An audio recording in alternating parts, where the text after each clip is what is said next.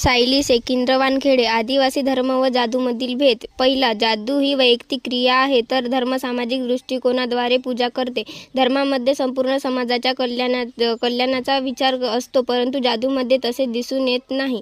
दुसरं, जादूमध्ये अलौकिक शक्तीला नियंत्रण करून स्वतःच्या स्वार्थासाठी त्याचा उपयोग करतात, परंतु धर्मामध्ये स्वार्थ दिसून येत नाही. अलौकिक शक्तीला प्रसन्न करण्यासाठी पूजा विधी करतात. सामूहिक हित महत्त्वाचे असते.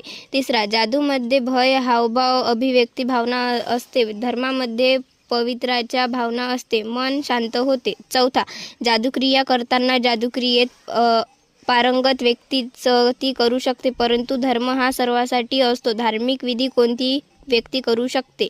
पाचवं, जादूक्रियेमध्ये मंत्रोच्चारण चुकले तरी अपेक्षित परिणाम होत नाही, परंतु धर्मामध्ये मंत्र मागे पुढे झाले तरी काहीही फरक पडत नाही.